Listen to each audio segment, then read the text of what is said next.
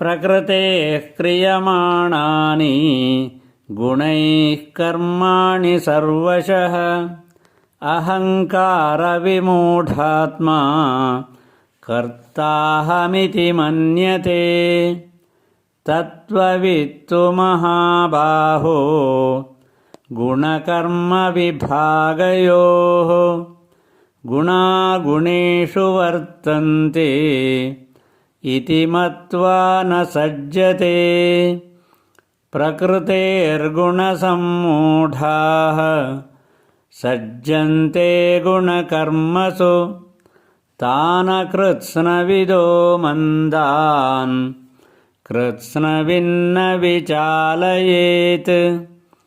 मयि सर्वाणि कर्माणि सन्न्यस्याध्यात्मचेतसा निराशीर्निर्ममो भूत्वा युध्यस्व विगतज्वरः।